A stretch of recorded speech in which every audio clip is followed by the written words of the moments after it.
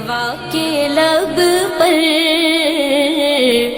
درود ہوگا، سلام ہوگا۔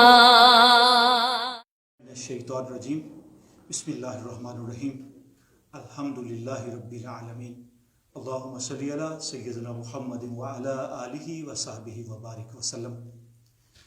ناظرین اکرام، آپ اس وقت نیوز چینل 93 دیکھ رہے ہیں اور میں ہوں خصوصی رمضان مبارک کی ٹرانسمیشن کا میزبان ندیم حسین نجم۔ ناظرین اکرام، اللہ کریم کا بے حد احسان ہے، اور احسانات میں سے ایک بہت بڑا احسان یہ ہے کہ ہماری زندگی میں اللہ پاک نے پھر سے ایک مرتبہ رمضان المبارک جیسا مقدس مہینہ عطا فرمایا تاکہ ہم لوگ اپنی بخشش کا سامان کر سکیں اور آئندہ آنے والی زندگی صراط مستقیم کے اوپر چلا سکیں۔ ناظرین، یہ کمال ہے ہمارے اس مقدس مہینے رمضان المبارک کے کہ اپنی بخششوں کا سامان ہم کر سکتے ہیں اگر نیت ہماری صاف ہو، اگر ہم لوگ قرآن مجید اور سنت رسول صلی اللہ علیہ وسلم کے مطابق اپنی زندگی کو بسر کرتے ہیں تو یقیناً ایسے فیضیاب ہو سکتے ہیں کہ صحیح معنوں میں مسلمان کہلوانے کے حقدار بن سکتے ہیں۔ اس ماہ مقدس کی پرنور ساعتوں پر بات کرنے کے لیے اور نعت رسول مقبول صلی اللہ علیہ وآلہ وسلم پیش کرنے کے لیے ہم نے دو عظیم ہستیوں کو یہاں پہ دعوت دی ہے، اور دونوں ہستیوں کا تعارف آپ سے کرواتا چلوں کہ ضلع ننکانہ صاحب کی امن کمیٹی کے ممبر بھی ہیں اور اپنی پر تاثیر خطابت کے زمرے میں بڑے معروف اسکالر ہیں۔ الحمدللہ، اللہ تعالیٰ ان کو زندگی اور صحت عطا فرمائے، اور اپنی خطابت کے ذریعے سے کئی لوگوں کو دل موم کر کے اللہ کی راہ کی جانب لے آ چکے ہیں۔ الحمدللہ۔ ناظرین اکرام، اس سے پہلے کہ ہم گفتگو کا آغاز کریں، ہمارے نعت خوان حضرات ہمارے پاس موجود ہیں جن میں ملک پاکستان کے اندر ہر جگہ پہ جا کے اپنی پرسوز آواز کے ذریعے سے نعت رسول مقبول صلی اللہ علیہ وآلہ وسلم کا نذرانہ پیش کرنے کی سعادت حاصل کر چکے ہیں۔ الحمدللہ۔ تو اس پروگرام کے پہلے حصے کے اندر ہم مولانا صاحب سے بات کریں گے کہ ماہ رمضان المبارک صرف بھوک اور پیاس کا نام نہیں ہے۔ سحری سے لے کر افطاری تک اگر یہی معاملہ ہوتا تو رمضان المبارک کا کچھ اور مقاصد ہوتے۔ اللہ رب العزت نے اس کے پیچھے بہت ساری حکمتیں رکھی ہیں، تو ان حکمتوں کو وضاحت میں لانے کے لیے اور ان کا مدلل قرآن و حدیث کی روشنی میں جواب دینے کے لیے ہمارے پاس موجود ہیں ضلع ننکانہ صاحب کے امن کمیٹی کے ممبر، میری مراد ہے جناب محمد انعام اللہ بابر صاحب۔ سر، آپ کو شو میں خوش آمدید کہتے ہیں۔ سر، آپ سے پہلا ہمارا سوال یہ ہے کہ فلسفہ رمضان یعنی روزے کی فرضیت کا جو اصل میں فلسفہ ہے وہ سر آپ بیان فرمائیں۔ ان الحمد للہ والصلاة والسلام علی رسول اللہ، اعوذ باللہ من الشیطان الرجیم، بسم اللہ الرحمن الرحیم۔ ندیم حسین نجم صاحب، سب سے پہلے آپ کا شکریہ، آپ نے یہاں پر دعوت دی۔ آپ کے اور آپ کے رفقا، خصوصاً شفیق حسین کھوکھر صاحب کو میں مبارکباد دیتا ہوں جنہوں نے ایک بہت اچھا اقدام کیا ہے۔ دعا ہے اللہ تعالیٰ ان کے اس معاملے کے اندر برکت عطا فرمائے۔ آپ کا سوال ہے رمضان اور روزے کا فلسفہ کیا ہے، تو اس ضمن میں اللہ رب العالمین نے خود قرآن مجید کے اندر اس کو بیان فرما دیا ہے۔ جس طرح اللہ رب العالمین ارشاد فرماتے سورۃ البقرہ آیت نمبر 183 ہے، یا ایھا الذین آمنوا کتب علیکم الصیام کما کتب علی الذین من قبلکم لعلکم تتقون۔ ایمان والو، تم پر روزے فرض کیے گئے ہیں جیسا کہ پہلی قوموں پر روزے فرض کیے گئے تھے تاکہ تم پرہیزگار بن جاؤ، تقوی والے بن جاؤ، تقوی حاصل کر لو۔ محترم ندیم صاحب، گزارش یہ ہے کہ جس طرح موسموں میں ایک موسم بہار ہوتا ہے، اسی طرح روحانی طور پر موسم بہار رمضان المبارک ہے۔ سبحان اللہ۔ اور یہ رمضان جس کا اگر ہم لفظی معنی ہی دیکھ لیں تو ہمیں سمجھ آ جائے گی کہ رمضان کا فلسفہ کیا ہے۔ رمضان رمض سے نکلا ہے، اور رمضان کا معنی یہ بنتا ہے کہ یہ آپ کے گناہوں کو جلا کر راکھ کر دیتا ہے. سبحان اللہ. اور تقوی، دوسری چیز تقوی ہے. تقوی کیا ہے؟ سیدنا عمر رضی اللہ تعالیٰ عنہ کے قول میں اس کی بڑی ہی خوبصورت وضاحت موجود ہے کہ ان سے پوچھا گیا کہ تقوی کسے کہتے ہیں، تو فرمانے لگے کبھی جھاڑی دار درختوں سے تیرا گزر ہوا ہے؟ تو اس نے کہا جی. فرمایا جس طرح تو اپنے کپڑوں کو سمیٹ کر سبحان بچا کر اس راستے سے کانٹوں سے بچتا ہوا گزرتا ہے، اس طرح تو دنیا سے گزر جائے تو یہ تقوی ہے. سبحان اللہ. خود رسول اللہ صلی اللہ علیہ وسلم ارشاد فرماتے اتق اللہ حیث ما کنت واتبع السیئۃ الحسنہ تمحوها. تو جہاں پر بھی ہے اللہ سے ڈرتا رہے. اللہ اکبر. اور یہ اللہ سے ڈرنے کا سب سے زبردست معاملہ دیکھیے آپ کہ انسان تنہائی میں ہے، اپنے گھر میں ہے، تہ خانے میں ہے، کوئی اس کو نہیں دیکھ رہا، لیکن اس کے باوجود وہ نہ کوئی چیز کھاتا ہے، نہ پیتا ہے، اور نہ ہی کسی اللہ کے حکم کی نافرمانی کرتا ہے.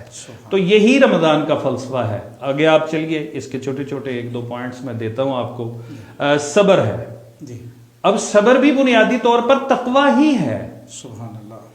ایک بندہ، نبی صلی اللہ علیہ وسلم نے ارشاد فرمایا کہ اگر بھوکا رہتا ہے، پیاسا رہتا ہے، تو اس کو بھوک اور پیاس کا کوئی اجر نہیں ملے گا جب تک کہ وہ جھوٹ کو نہ چھوڑ دے، جب تک کہ وہ جھوٹ بولنے کو، جھوٹ کہنے کو، جھوٹ سننے کو نہ چھوڑ دے. من لم یدع قول الزور والعمل به فلیس للہ حاجۃ ان یدع طعامہ وشرابہ.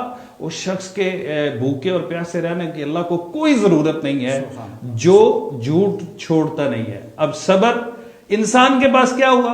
ایک تو وہ بھوک اور پیاس کو برداشت کر رہا ہے. اور کمال کی بات یہ ہے روزے کے فلسفے سے جو ہمیں سمجھ آتا ہے کہ اگر ہم صبح سحری سے لے کر افطاری تک اللہ کی حلال کردہ چیزوں کو چھوڑ سکتے ہیں تو پھر عام حالات میں اللہ کی حرام کردہ چیزوں کو کیسے نہیں چھوڑ سکتے؟ یہ ہے رمضان کا فلسفہ. تو اللہ رب العالمین سے دعا ہے کہ فلسفہ رمضان کو سمجھنے، جو کہ تقوی ہے، اللہ کا ڈر ہے، اور اللہ کا ڈر حاصل کرنے کی ہمیں اللہ رب العالمین توفیق عطا فرمائے. مولانا صاحب، میں آپ سے یہ بھی سوال کروں گا کہ رمضان المبارک کے روزے رکھنے میں آدمی کو جو روحانیت ملتی ہے وہ تو ملتی ہے، اس کی تمام فیوز و برکات حاصل کرنے کے لیے ہمیں کیا کرنا چاہیے؟ کیا کیا فضائل ہیں اگر ایک آدھ بندہ نیت کے ساتھ روزہ رکھتا ہے اور اللہ رب العزت کی خوشنودی حاصل کرنا چاہتا ہے تو اس کو کیا کرنا چاہیے؟ اس کے فضائل کیا ہیں؟ کیا کیا فضیلتیں اس کی کیا کیا ہیں؟ سر یہ فرما دیجیے. جی محترم، گزارش اس ضمن میں یہ ہے، اللہ رب العالمین نے اور ہمارے پیارے پیغمبر حضرت محمد رسول اللہ صلی اللہ علیہ وسلم نے اس ضمن میں ہمیں اتنا کچھ بتا دیا ہے. یقین جانیے، میں کہتا ہوں کہ لوگوں کو اس کی عظمت کا پتہ نہیں ہے اور غافل ہے. اور یہ میں نہیں کہہ رہا، اس سے اگلی بات خود محمد رسول اللہ صلی اللہ علیہ وسلم ارشاد فرماتے ہیں ذاک شہر تغفل عنہ الناس. یہ ایسا مہینہ ہے کہ لوگوں کو پتہ ہی نہیں ہے کہ اس کی عظمت کیا ہے، اس کی شان کیا ہے، وہ غافل ہیں، غفلت میں ہیں.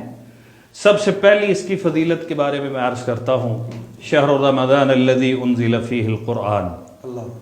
میں کہتا ہوں رمضان المبارک کی اور فضیلت میں ایک آیت بھی نہ ہوتی تو یہی کافی تھا کہ اللہ کا کلام قرآن مجید فرقان حمید رمضان المبارک میں نازل ہوا ہے. یہ بہت بڑی، اور اللہ رب العالمین نے دوسری جگہ پر ارشاد فرمایا انا انزلناہ فی لیلۃ مبارکہ، ہم نے اس کو مبارک رات میں نازل کیا. تیسری آیت مبارکہ انا انزلناہ فی لیلۃ القدر، ہم نے اس کو قدر والی رات میں نازل فرمایا. صرف قرآن ہی نہیں، سابقہ ساری آسمانی کتابیں یہ رمضان المبارک میں نازل ہوئی ہیں. جیسا کہ ابراہیم علیہ السلام کے صحیفے رمضان کے شروع میں نازل ہوئے، تورات 7 رمضان المبارک کو نازل ہوئی، اسی طرح انجیل 13 رمضان المبارک کو نازل ہوئی، اسی طرح زبور جو ہے وہ 19 رمضان المبارک کو نازل ہوئی، اور قرآن مجید آخری عشرے کی تاکراتوں میں یا بعض روایات میں آتا ہے 25 رمضان المبارک 25ویں رات کو نازل ہوا. تو محترم، یہ ایک چیز. اس کے ساتھ ساتھ میں دوسری بات جو نبی کریم صلی اللہ علیہ وسلم نے ارشاد فرمایا اتاکم شہر، تمہارے پاس ایک ایسا مہینہ آ گیا ہے شہر مبارکن، جو بڑا ہی مبارک مہینہ ہے، شہر فیہ لیلۃ، اس مہینے میں ایک رات ہے جو 84 سال 3 ماہ کی عبادت، سبحان اللہ سبحان اللہ، اس ایک رات کا عمل اتنا بڑا ہے کہ انسان کی ساری زندگی سے، ایوریج عمر آج کل ہمارے ہاں 50 سے 60 چل رہی ہے، تو 83 سال 84 سال کی عبادت کا اجر ہمیں مل جاتا ہے۔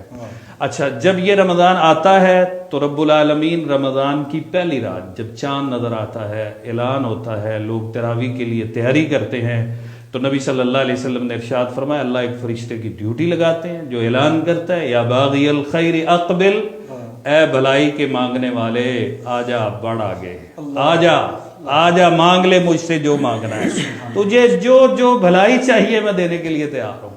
اور دوسرا ساتھ صحیح جامع ترمذی کی حدیث ہے، دوسرا ارشاد فرمایا آپ نے کہ اللہ فرماتے ہیں یا باغی الشر اقصر، او برائی کے چاہنے والے رک جا، اپنے ہاتھوں کو روک دے، اپنے قدموں کو روک دے، اپنی زبان کو روک دے، اپنی نگاہوں کو روک دے، اپنی سماعتوں کو روک دے، رک جا، اب تو ٹھہر جا۔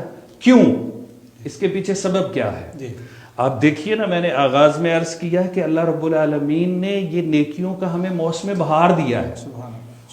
اصل میں اللہ رب العالمین نے ایک چیز پیدا تو فرما دی ہے، جہنم بھی ہے، شیطان بھی ہے، سارا کچھ ہے، لیکن اصل اللہ رب العالمین کی چاہت یہ ہے کہ اس کا کوئی بندہ بھی جہنم میں نہ جائے۔ اصل اللہ یہ چاہتے ہیں، یہی وجہ ہے کہ 11 مہینے ہمارے گناہوں میں گزر رہے ہیں، اللہ سے غفلت میں گزر رہے ہیں، اللہ کو تو ناراض ہونا چاہیے، جبکہ رب العالمین ہمیں عنایت فرماتے۔ سبحان اللہ، فرمایا یہ رمضان آ گیا ہے، میں نے کیا کیا؟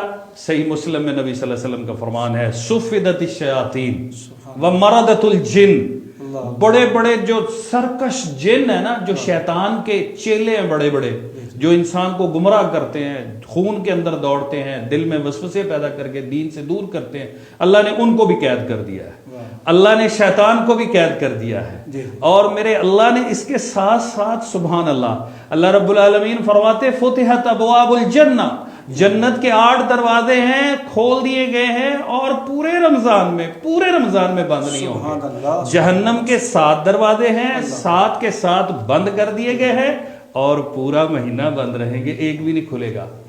اب یہ سارا پروٹوکول ایک مسلمان کو، اسلام والے کو، دین والے کو، اللہ والے کو اللہ دے رہے ہیں، یار اب تو آ جاؤ میری جانب، میری رحمت تیری منتظر ہے۔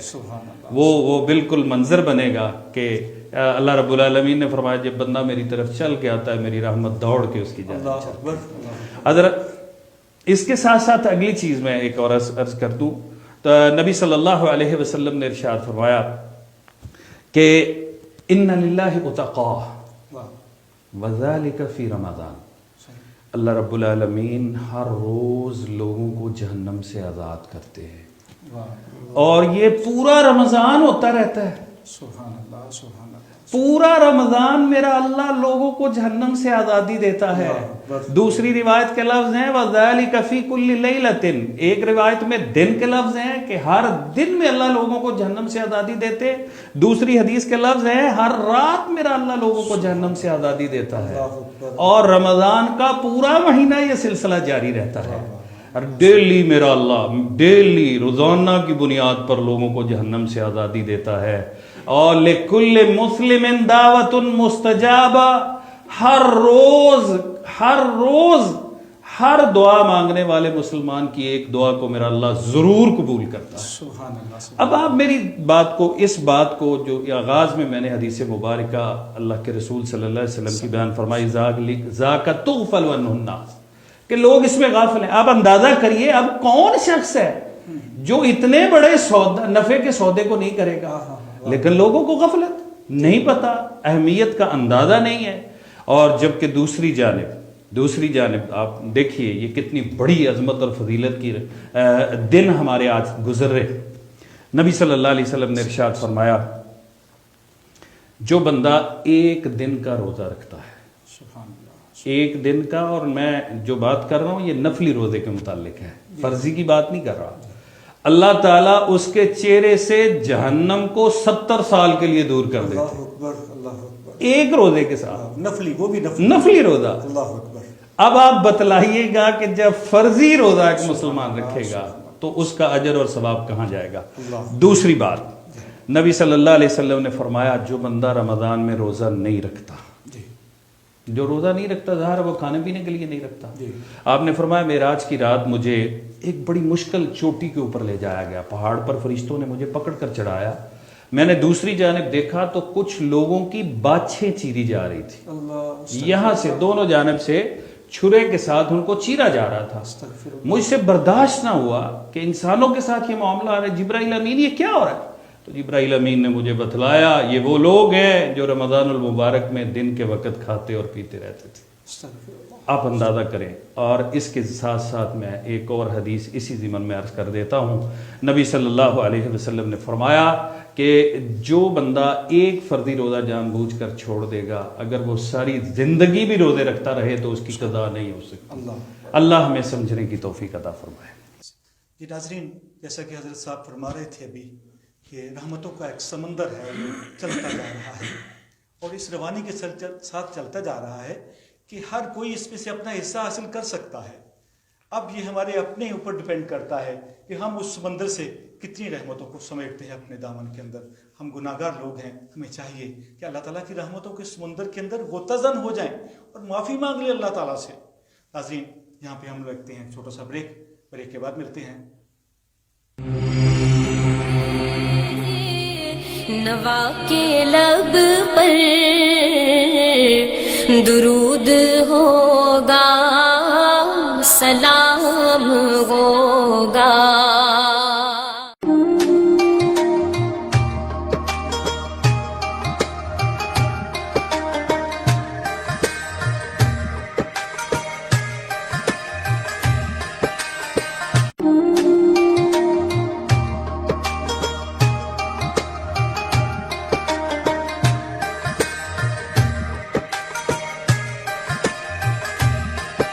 رمضان کا پہلا عشرہ باعث رحمت ہے.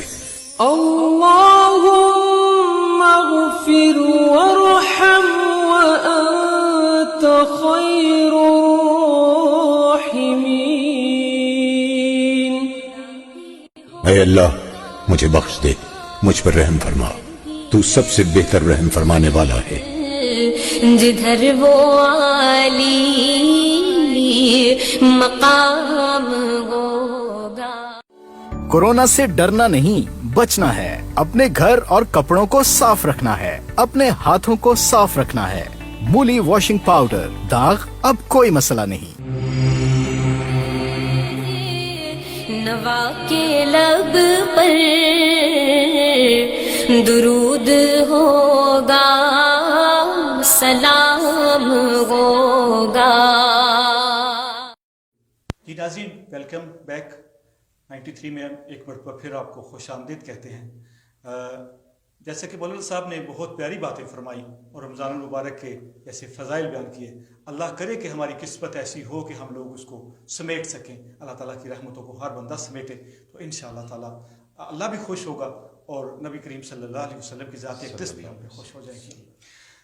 مولانا صاحب، ایک اور سوال جو رات سا ایک ایشو اٹھا ہوا ہے کہ قادیانیوں کو اقلیتی کمیشن میں شامل کرنے کی جو باتیں ہو رہی ہیں، اس میں شرعی نقطہ نظر پہ آپ ذرا وضاحت فرما دیں. ندیم صاحب بالکل ایسے ہی ہے. میں بھی رات سے سوشل میڈیا سے اٹیچ ہوں. یہ بڑا ایک مین ایشو بنا ہوا ہے. تو گزارش یہ کہ اللہ رب العالمین نے قرآن مجید فرقان حمید کے اندر ارشاد فرمایا ما کان محمد ابا احد من رجالکم ولکن رسول اللہ وخاتم النبیین. محمد صلی اللہ علیہ وسلم مردوں میں سے کسی کے باپ نہیں ہیں، لیکن وہ اللہ کے رسول ہیں اور خاتم النبیین ہیں. خود رسول اللہ صلی اللہ علیہ وسلم ارشاد فرماتے ہیں کہ میری امت میں 30 جھوٹے دجال آئیں گے اور ان میں سے ہر ایک یہ سمجھے گا کہ وہ نبی ہے، لیکن میرے بعد کوئی نبی نہیں آئے گا، میں خاتم النبیین ہوں. گزارش یہ ہے کہ قادیانیوں کو اقلیت شمار کرنے میں شرعی نقطہ نظر یہ ہے کہ وہ اقلیت نہیں ہیں، وہ مرتد ہیں.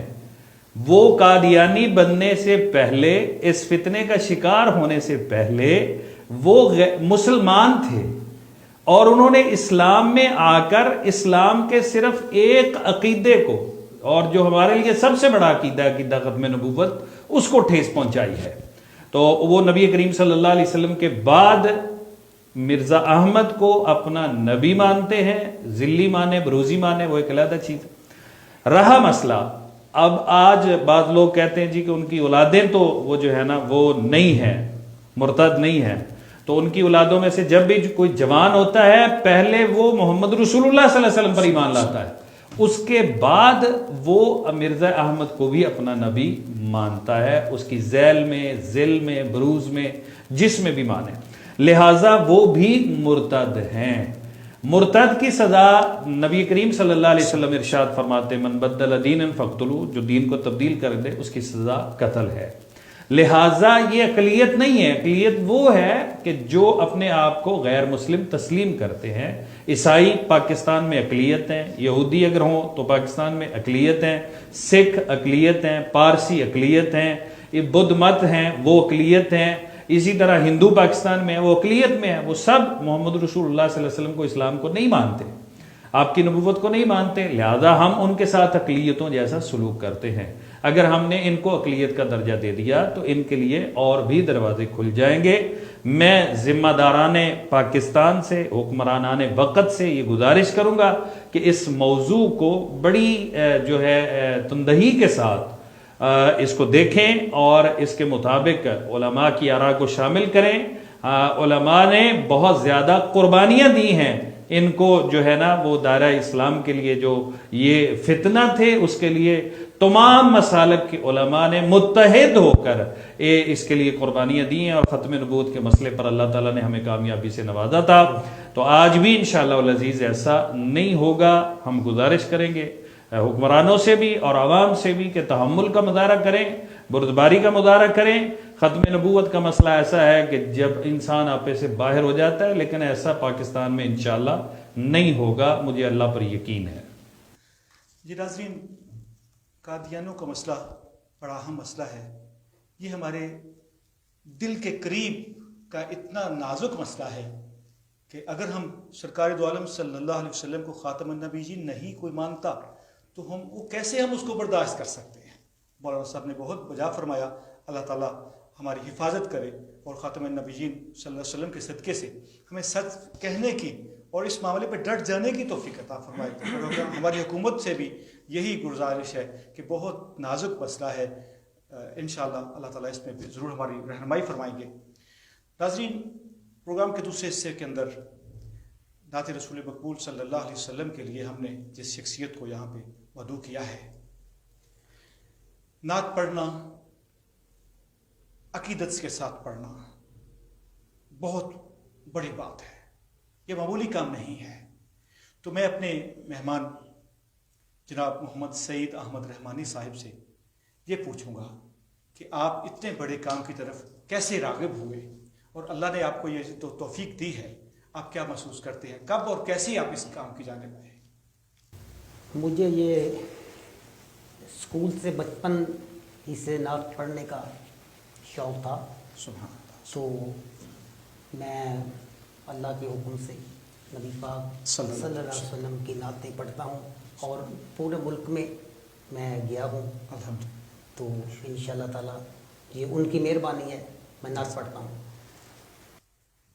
ایک نام بچاتا ہے مجھے رنج و علم سے، ایک نام بچاتا ہے مجھے رنج و علم سے، ایک ذات ہے جو مجھ کو بکھرنے نہیں دیتی، کوئی اور بچائے نہ بچائے مجھے ناصر، ایک نعت ہی سرکار کی مرنے نہیں دیتی۔ تو میں رحمانی صاحب سے گزارش کرتا ہوں کہ سرکار دو عالم صلی اللہ علیہ وسلم کے لیے واہ کیا حسن ہے محبوب نرالا تیرا، واہ کیا حسن ہے محبوب نرالا تیرا، خود ہے خلاق جہاں چاہنے والا تیرا خود ہے خلاق جہاں، چاند تارے ہیں تیرے رخ سے ضیائیں لیتے، چاند تارے ہیں تیرے رخ سے ضیائیں لیتے، دونوں عالم کے حسینوں میں ہے چرچا تیرا، واہ کیا حسن ہے، خوشبو خالق نے عطا کی ہے نرالی تجھ کو، خوشبو خالق نے عطا کی ہے نرالی تجھ کو، گلستان ڈھونڈتے پھرتے ہیں پسینہ تیرا، واہ کیا حسن ہے، تیری اولاد پہ اجداد پہ رہتا ہے درود، یا رسول اللہ تیری اولاد پہ اجداد پہ رہتا ہے درود، کتنا پاکیزہ نسب اور ہے شجرہ تیرا، واہ کیا حسن ہے، جب کوئی مادرے حسنین کا صدقہ مانگے، جب کوئی مادرے حسنین کا صدقہ مانگے، جوش میں آتا ہے پھر موج کا دریا تیرا، واہ کیا حسن ہے، تیرے اجمل کی تمنا ہے کئی برسوں سے، تیرے اجمل کی تمنا ہے کئی برسوں سے، خواب میں چوم لے، خواب میں چوم لے کبھی آ کر تلوار تیرا، واہ کیا حسن ہے۔ سبحان اللہ سبحان اللہ، اللہ تعالیٰ آپ کی آواز میں اور برکتیں عطا فرمائے، بہت ماشاءاللہ آپ نے خوبصورت کلام پڑھا اور پڑھنے کا حق ادا کر دیا، اللہ پاک آپ قبول و منظور فرمائے۔ اللہ رب العزت ہمیں مقام رمضان سمجھنے کی توفیق عطا فرمائے، اس ماہ مقدس کے صدقے سے عالم اسلام کو یکجہتی نصیب فرمائے، کشمیر کو آزادی عطا فرمائے، عالمی وبا سے ہمیں نجات عطا فرمائے، اور بالخصوص میں یہ دعا کرتا ہوں